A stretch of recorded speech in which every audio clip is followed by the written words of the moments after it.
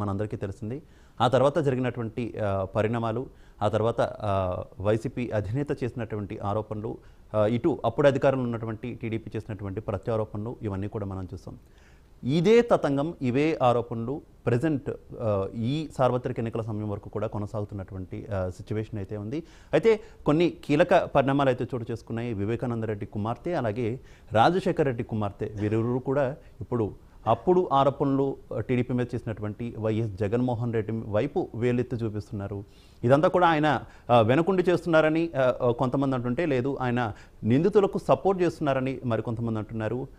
Kadapa MP Avinash Reddy ఈ హత్యలో ప్రమేయం ఉంది, లేదు హత్య చేశారనేటటువంటి తీవ్రమైనటువంటి ఆరోపణలు కూడా పబ్లిక్గా చేస్తున్నారు. ఇక వైసీపీకి ఓటు వేయొద్దంటూ కూడా కరాఖండిగా వారి ఇరువురు కూడా చెప్పినటువంటి పరిస్థితి. ఏంటి ఈ సార్వత్రిక ఎన్నికల్లో గతంలో ఏ రకమైనటువంటి ప్రభావం వివేకానంద రెడ్డి హత్య ఉదంతం చూపించింది అనేది మనం చూసాం. ఈసారి సార్వత్రిక ఎన్నికల్లో ఏ రకంగా ఉండబోతుంది? ఎందుకంటే అప్పుడు వైసీపీకి అనుకూలించినటువంటి అంశం ఇప్పుడు వైసీపీకి ప్రతికూలంగా మారబోతుంది. ఒకవైపు కడపలో షర్మిల పోటీ చేస్తూ ఉండడం, జగన్కు వ్యతిరేకంగా, అవినాష్ రెడ్డికి వ్యతిరేకంగా ఆమె మాట్లాడుతూ ఉండడం, రాష్ట్ర వ్యాప్తంగా ఆమె పర్యటించేటటువంటి అవకాశం ఉండడం, మరోవైపు నిత్యం చెవిలో జోరెగ్గలాగా ఇటు వివేకానంద రెడ్డి కుమార్తె సునీత మాట్లాడుతూ ఉండడం, ఈ పరిణామాలన్నీ వైసీపీకి వైసీపీ మీద ఏ రకమైనటువంటి ప్రభావం చూపించే అవకాశాలు ఉన్నాయి. ఇదే అంశానికి సంబంధించి ఇవాల్టి ప్రైమ్ డిబేట్లో మనం చర్చించబోతున్నాం. నాతో పాటు ప్రైమ్ డిబేట్లో పాల్గొంటున్నారు నారాయణ రెడ్డి గారు, వైఎస్ఆర్సీపీ నాయకులు, అలాగే సయ్యద్ రఫీ గారు, తెలుగుదేశం పార్టీ నాయకులు, తుర్గ శ్రీరామ్ గారు, రాజకీయ విశ్లేషకులు, మరికాసేపట్లో జాయిన్ అవుతారు శివపార్వతి గారు, జనసేన పార్టీ నాయకులు. అందరికీ నమస్కారం. ముందుగా రఫీ గారు, మీరు ఏమనుకుంటున్నారు? ఎందుకంటే గతంలో ఆరోపణలు, అంటే వివేకానంద రెడ్డి గారి హత్య జరిగినప్పుడు ఆరోపణలన్నీ కూడా మీ మీదకే వచ్చాయి. ఇప్పటికీ కూడా ఒక రకమైనటువంటి ఆరోపణలు ఇంకా మీ మీదే చేస్తున్నటువంటి పరిస్థితి. అంటే వివేకానంద రెడ్డి గారి కుమార్తె మీ చేతుల్లోనే ఉన్నారు, అలాగే రాజశేఖర రెడ్డి గారి కుమార్తె షర్మిల కూడా మీరు చెప్పినట్టే ఆడుతున్నారు అనేటటువంటి ఆరోపణలు కూడా ఇప్పటికీ మీ మీదే చేస్తున్నారు కదా, ఏమంటారు? అలాగే ఈ ఎన్నికల్లో మీరు కూడా ఒక ప్రచారాస్త్రంగా చేసుకున్నట్టున్నారు. అంటే మీ ఐటీడీపీ ద్వారానే వివేకమైనటువంటి సినిమా కూడా వచ్చింది. ఇదంతా కూడా ప్రజల్లోకి విస్తృతంగా కూడా టీడీపీ తీసుకెళ్తుంది ఈ అంశాన్ని.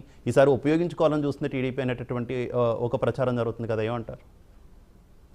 నమస్కారం సార్, మీకు అలాగే ప్యానల్ ఉన్నటువంటి మిత్రులకి, అలాగే ప్రైమ్ లైన్ వీక్షకుడు శుభసాయి. తెలుగుదేశం పార్టీ అంశాన్ని ఖచ్చితంగా రాజకీయ అంశంగా మారుతుంది, అందులో ఎటువంటి సందేహం లేదు. ఎందుకంటే మాకు సంబంధం లేని అంశం మీద జగన్మోహన్ రెడ్డి, చంద్రబాబు నాయుడు గారు, లోకేష్ గారు వీళ్ళిద్దరే వివేకానంద రెడ్డిని చంపించారని ఆనాడు సాక్షి పత్రికల్లో పెద్ద ఎత్తున ఫోటో వేసి చేతిలో పట్టాకత్తి పెట్టి మా మీద ప్రచారం చేసి రాజకీయ లబ్ధి పొందాడు. అయితే ఆ రోజు సాయంత్రమే జగన్మోహన్ రెడ్డి వచ్చి గొడ్డలతో నరికి చంపారని చెప్పాడు. అది ప్రపంచానికి ఎవరికి తెలియదు. ముందు గుండెపోటు అన్నారు, ఆ తర్వాత అది సునీతమ్మ గారు అక్కడికి వచ్చిన తర్వాత దాన్ని పోస్ట్ మార్టం చేయాలంటే అది హత్య కింద మారింది.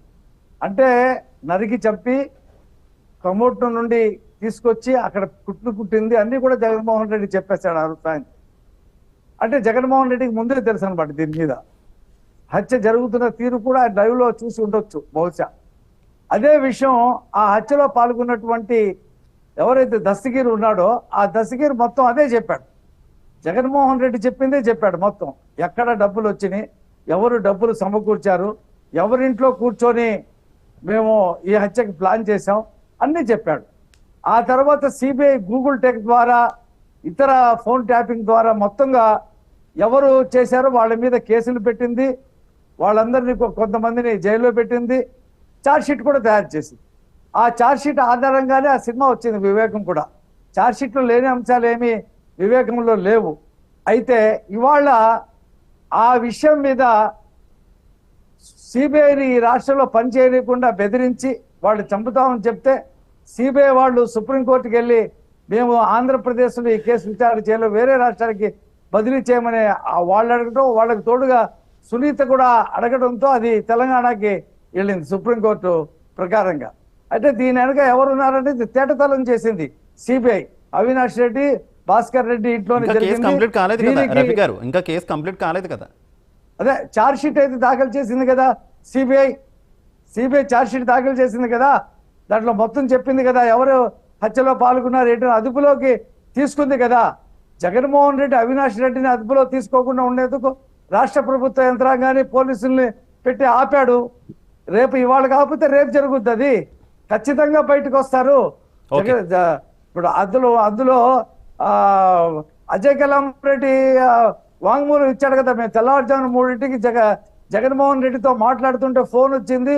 ఫోన్ వచ్చిన తర్వాత ఆయన వెళ్ళాడు, ఇలా జగన్మోహన్ రెడ్డి ఇలాగ వివేకానంద రెడ్డి గుండెపోటుతో చనిపోయాడని చెప్పాడు అని చెప్పేసి ఆయన చెప్పాడు కదా. ఇవన్నీ కూడా విషయాలు వచ్చినాయి, బయటకు వచ్చినాయి. కాబట్టి ఇవాళ షర్మిల మాట్లాడినా, మేము మాట్లాడినా, సునీత మాట్లాడినా ప్రజలందరికీ తెలుసు. పులివెందులో ప్రతి ఇంట్లో తెలుసు ఎవరు చంపారు, ఎవరు రాజకీయ అవసరాల కోసం చెప్పారు, ఏ సానుభూతి వర్కౌట్ అవుతుందని చెప్పేసి ఆ కోడికత్తి సానుభూతి సరిపోలేదని ఇలాగా బాబాయిని చంపితే పెద్ద ఎత్తున సానుభూతి వస్తుంది. తండ్రి శవాన్ని పెట్టుకొని ఒక 64 సీట్లు సంపాదించాడు, 67 సీట్లు. ఇప్పుడు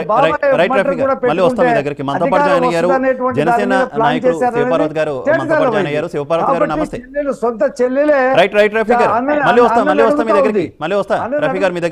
నేను శివపార్వతి గారు నమస్తే.